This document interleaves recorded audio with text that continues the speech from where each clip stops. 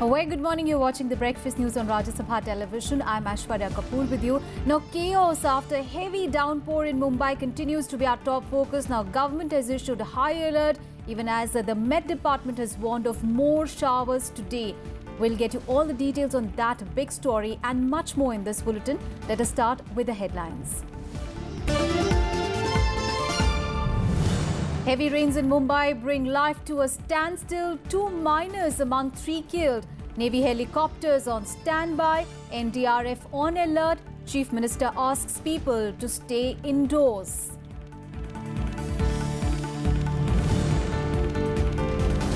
Prime Minister Narendra Modi will visit China for the BRICS summit in first week of September. Prime Minister to also visit Myanmar for bilateral summit.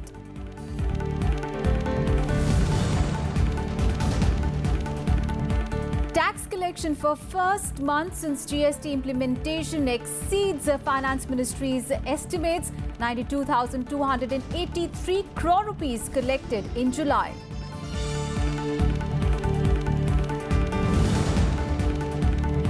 Nighttime curfew in Houston as it battles the impact of Hurricane Harvey. 15 people dead. US President visits Texas. Says storm damage will be a costly proposition.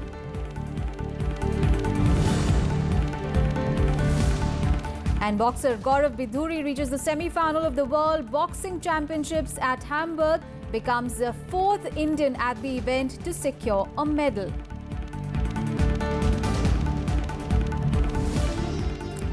The government has announced that Prime Minister Narendra Modi will visit China for the upcoming BRICS summit in the first week of September. Along with China, Prime Minister Modi will also visit Myanmar for a bilateral summit with Myanmar's government. Meanwhile, Bhutan has welcomed the developments at Doklam and has expressed hope that such incidents will not be repeated in future. Here are all the details.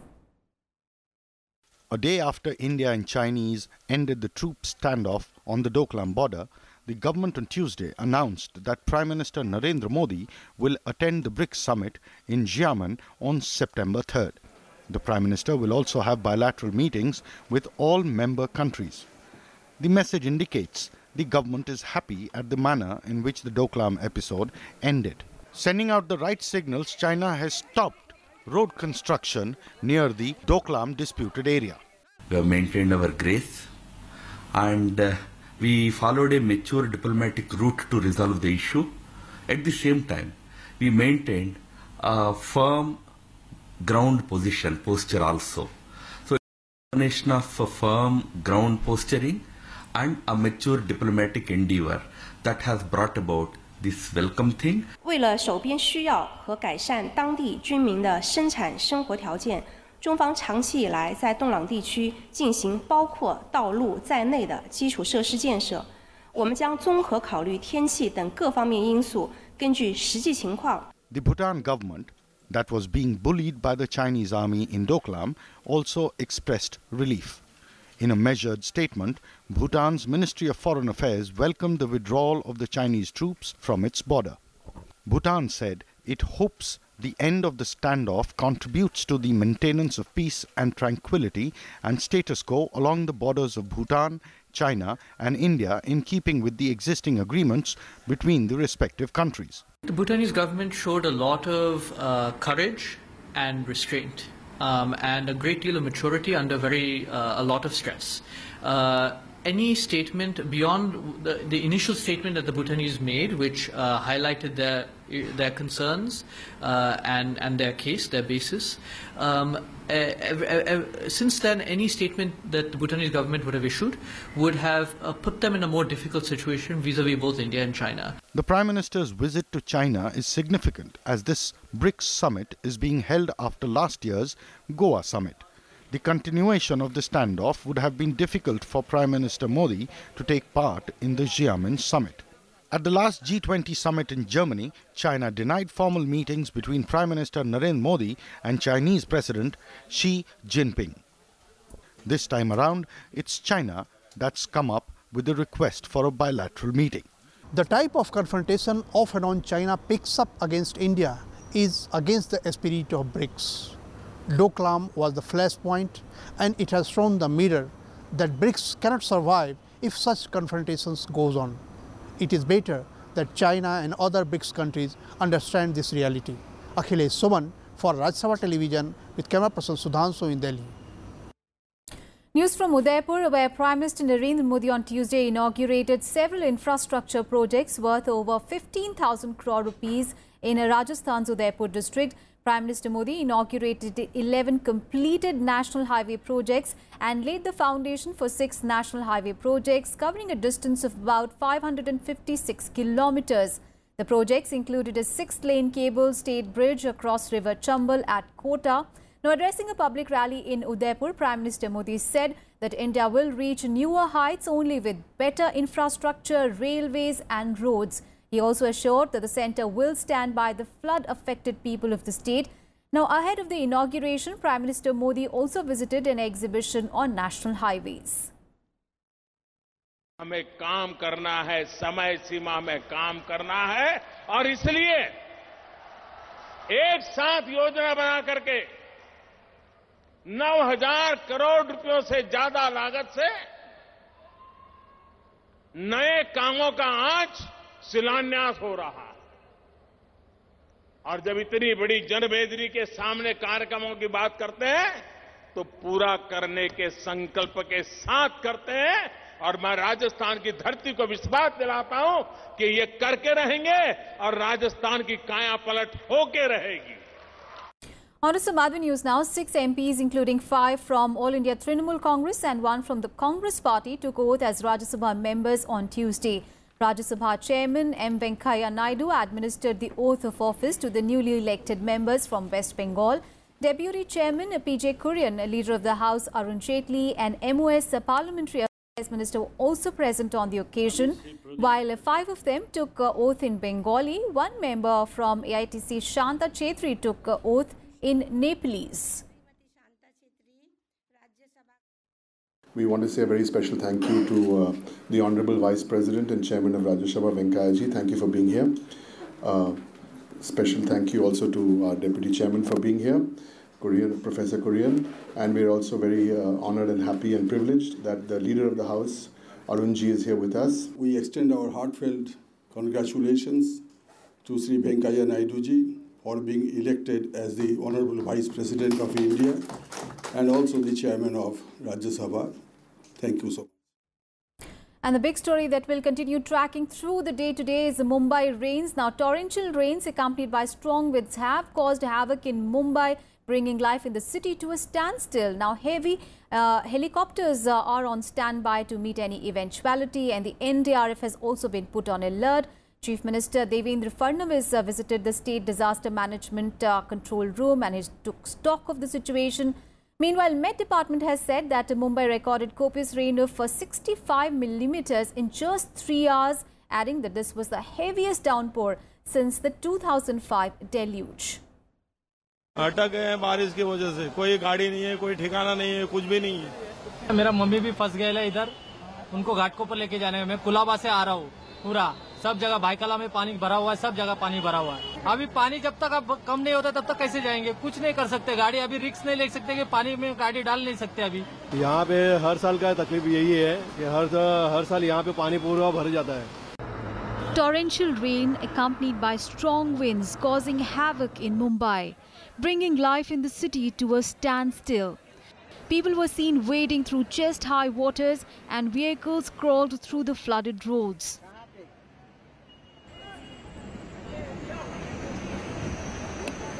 The city witnessed 298 millimeters of rainfall on Tuesday, the highest in a day in August since 1997.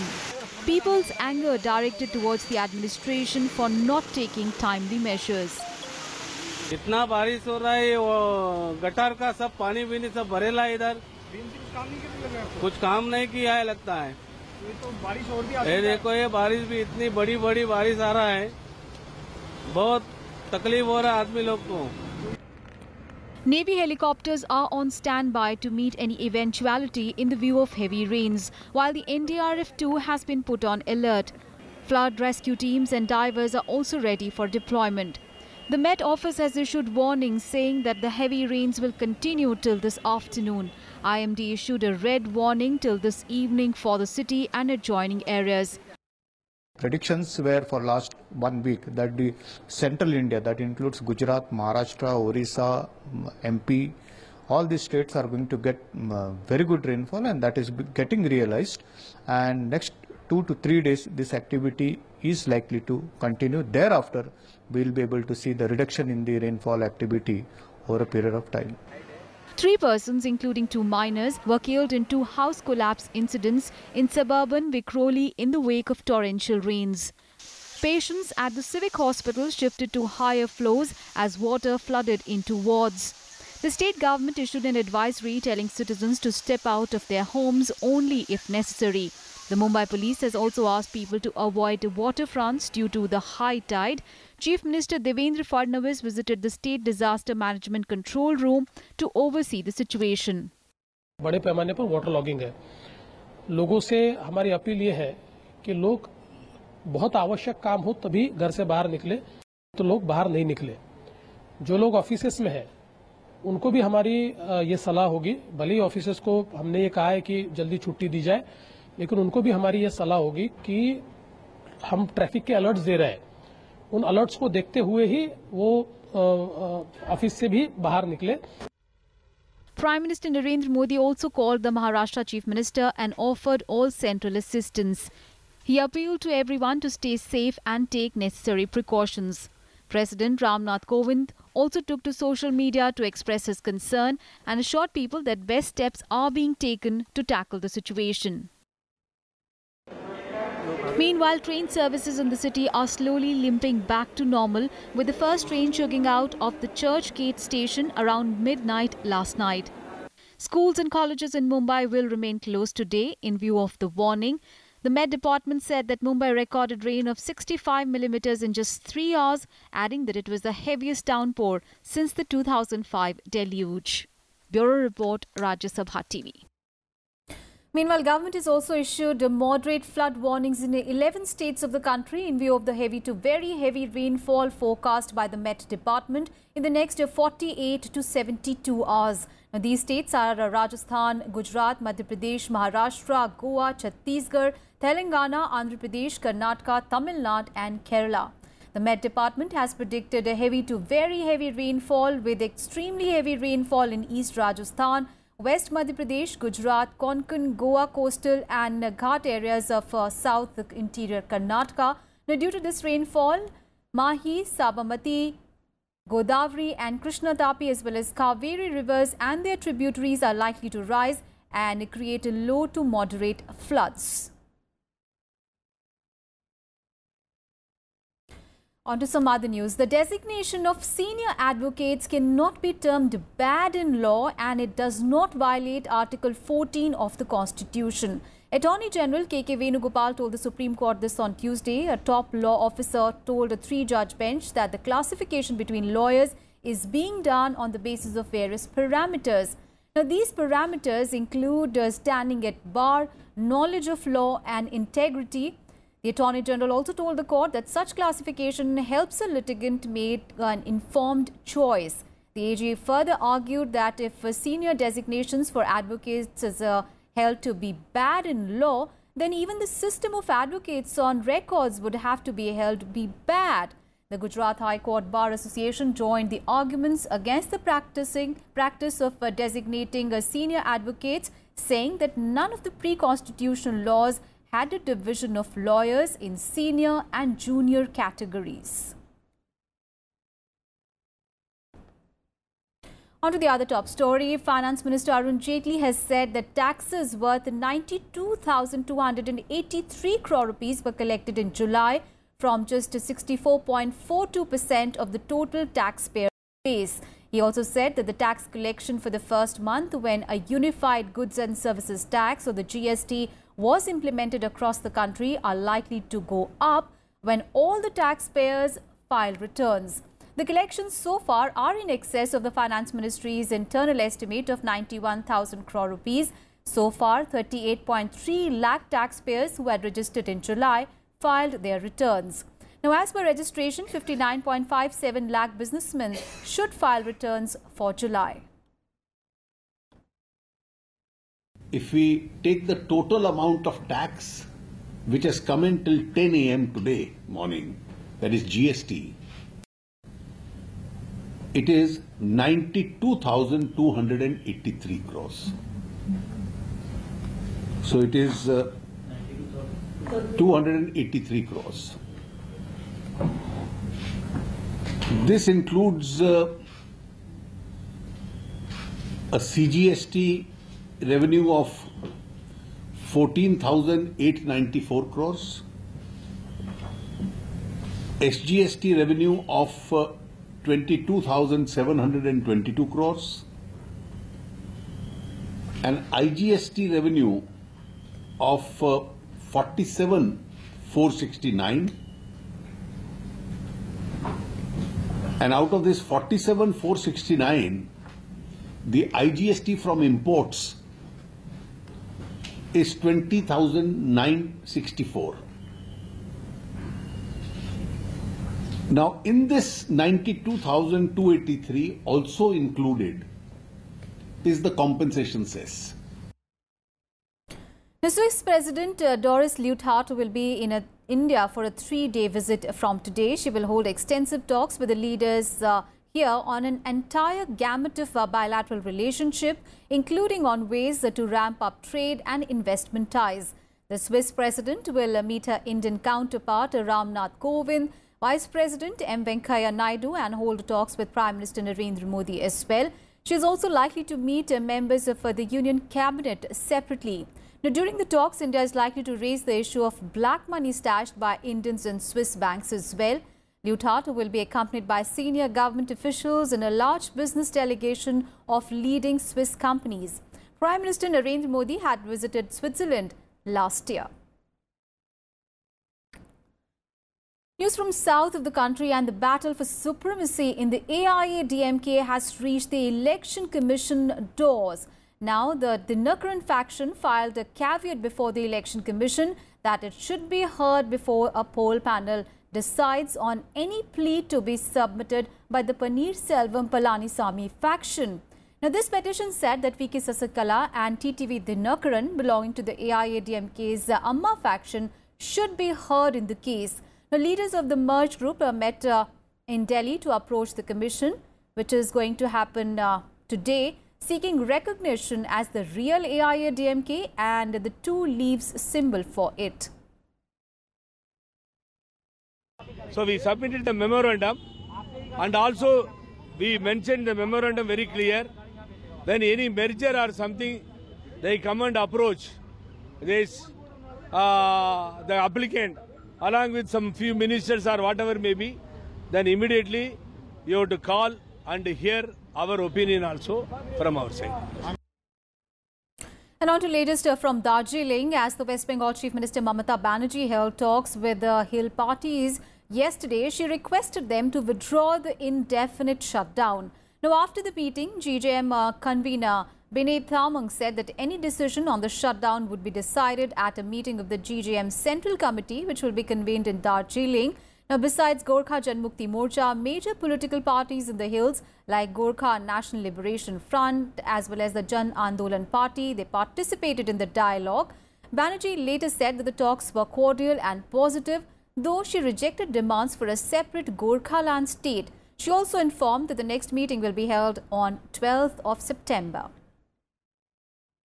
And we will again meet 2nd week of September, 12th September at Uttar Konna at 3 p.m. North Bengal. This will be nearest place for them also. And with this, I can tell you that our situation is very good. Everybody raised their voice. All parties share this sentiment and aspiration, are united on this issue. उसके बाद में और एक बात हम लोग ने यहाँ पर रखा है, वो है the GJM desires a lasting and permanent solution. अभी तक जितना भी अरेंजमेंट स्वायत्त शासन के नाम पर हुई, वहां से जनता संतुष्ट नहीं है, क्योंकि जितनी डेवलपमेंट होनी चाहिए थी उस हिसाब से डेवलपमेंट नहीं हुआ है, जिसकी वजह से बार बार ये सेपरेटिस्ट की मांग उठ रही है. And the countdown for Thursday's launch of India's navigation satellite IRSTV-1H using the Polar Satellite Launch Vehicle or the PSLV will begin today. The satellite weighs around 1,425 kilograms and it will replace IRSTV-1A as its atomic clocks have failed. Now, these atomic clocks are crucial to providing information to the users on Earth. The launch will take place from the second launch pad of the Satish Dhawan Space Center at Sriharikota. The countdown will begin at 2 p.m. Let's get you some international news. Now, the U.S. city of Houston has declared a nighttime curfew as it battles the impact of Hurricane Harvey. The storm has dumped record rainfall over the past 4 days, leaving large parts of the city underwater and at least 15 people reported dead. The first responders to the catastrophic flooding took to boat to rescue thousands of stranded residents. Authorities have warned that more than 30,000 people across the region could be forced from their homes when the skies clear later this week. Harder hit in the coming days will be the counties further east, including those along the Texas-Louisiana border, likely to be inundated with up to 15 more inches of rainfall. Houston, the fourth largest city in the U.S. and the most populous in Texas, was still conducting emergency operations after Hurricane Harvey. A Category 4 storm made a landfall on Friday night. U.S. President Donald Trump and the First Lady Melania visited Texas to show their support to the storm-ravaged people. More than 1 lakh Indian Americans living in and around Houston have also been badly hit by the monstrous hurricane. Over 200 Indian students stranded in their homes had run out of food. They were later rescued by the Indian consulate. The sad thing is that this is long-term. Nobody's ever seen anything this long, and nobody's ever seen this much water in particular. The wind was pretty horrific, but the water has never been seen like this to the extent. And it's maybe someday going to disappear. We keep waiting. We have four of our great congressmen right here, and we really appreciate you being here. We're going to be working with Congress on helping out the state of Texas. It's going to be a costly proposition because, again, probably Ted Cruz is here, and Senator, thank you very much, Senator Cornyn, and we'll be working with these characters over here, and I think we'll come through with a really, with the right solution. But probably there's never been anything so expensive in our country's history. There's never been anything so historic in terms of damage and in terms of ferocity as what we've witnessed with Harvey. And the US and the world is weighing what to do next on North Korea after the country's latest missile launch that flew over Japan. US President Donald Trump says that the launch signaled the regime's contempt for its neighbors as well as the United Nations, adding that all options were on the table. However, North Korea's attitude continues. It insists that the launch was a direct response to US-South Korean joint military drills and a meaningful prelude to containing Guam, a US overseas territory that Kim has previously threatened. What happened yesterday is absolutely unacceptable and irresponsible. No country should have missiles flying over them like those 130 million people in Japan. It's unacceptable. They have violated every single UN Security Council resolution that we've had. And so I think something serious has to happen. The US and its allies continue to look for ways to contain North Korea's belligerence. This after the regime's latest launch of an intermediate-range ballistic missile over Japan. North Korean news agencies said that the launch was a prelude to more military options aimed at Guam, with more launches planned in the future. It added that the launch was to counter the ongoing US and South Korean military drills. It is an undeniable fact that US is driving the station of Korean Peninsula towards extreme level of explosion by deploying huge strategic assets around the peninsula to conduct series of nuclear war drills and maintaining nuclear threats and blackmail for over a half-century. On Tuesday, United Nations Security Council met to discuss the latest launch, condemning it as outrageous. Secretary General Antonio Guterres said that the launch undermined regional security and stability. The Security Council came together unanimously to support the increased sanctions resolution 2371, and I hope that all of my colleagues will come together with the same spirit of unity to respond today as unitedly and firmly as we did then. While US President Donald Trump continues to warn Pyongyang that all options were on the table, Russia and China cited the joint US-South Korean military drills as the source of the latest tensions. Russia further warned that the use of force was a path to nowhere, a path to catastrophe. Look, we appreciate the very strong support that President Trump is showing to Japan. And we appreciate the fact that he said every option is on the table. 中方敦促有关各方呢，不要再做相互刺激、加剧地区局势紧张的事情。我们希望各方呢都要保持克制。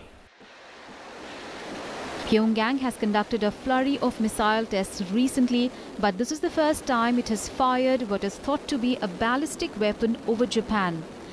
As the missile soared over Hokkaido Island, Japanese authorities issued a safety warning, urging citizens to shelter in a study building or basement. Japanese Prime Minister Shinzo Abe called the missile launch an unprecedented threat to his country.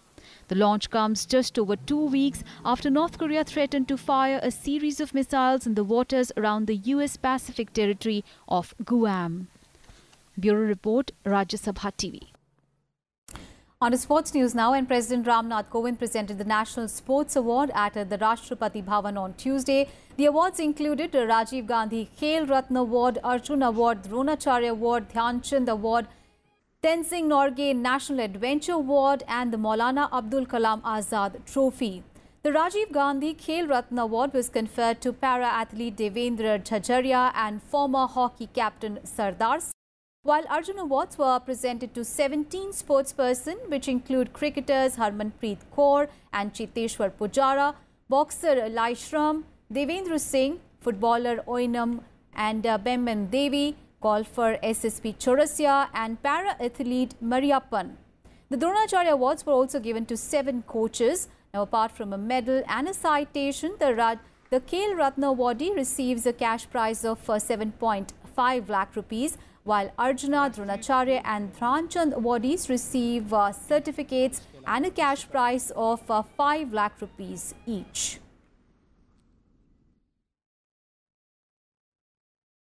News from the world of boxing, and ace Indian boxer Gaurav Bidhuri has reached the semi-final at the World Boxing Championship in Hamburg. Bidhuri became the 4th Indian boxer to secure a medal at the tournament. He beat Tunisia's Bilal Mahamdi in the 56 kilogram category. Bidhuri became the 2nd person from the country to do so in his debut World Championship. The only other Indian to have achieved the feat was Vikas Krishnan in the 2011 edition.